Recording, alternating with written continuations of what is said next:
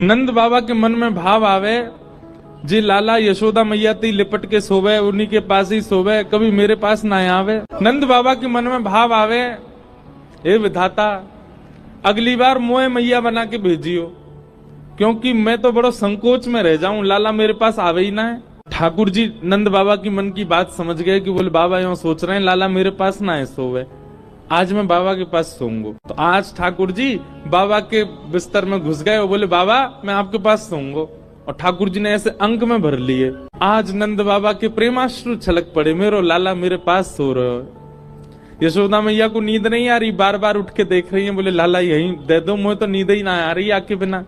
नंद बाबा बोले आप रोज सोती हो, आज मेरे पास सोन दो यार। लेकिन वास्तव में ठाकुर जी नाटक कर रहे थे, ठाकुर जी को नींद नहीं आ रही थी। नंद बाबा की बड़ी बड़ी डारी कभी लाल जी की आंख में लगे, कभी नाक में घुस जाए, कभी गालन पे छुए। रात में जैसे ही नंद बाबा को गहरी नींद आई, चुपचाप ठाकुर जी हाथ खोल के निकले और यशोदा मैया के अंग से लिपट के सो गए। सुबह जब नंद बाबा उठे तो बाबा को संकोच भयो, बोले लाला रात में आयो लेकिन चलो वो मैया पास ही।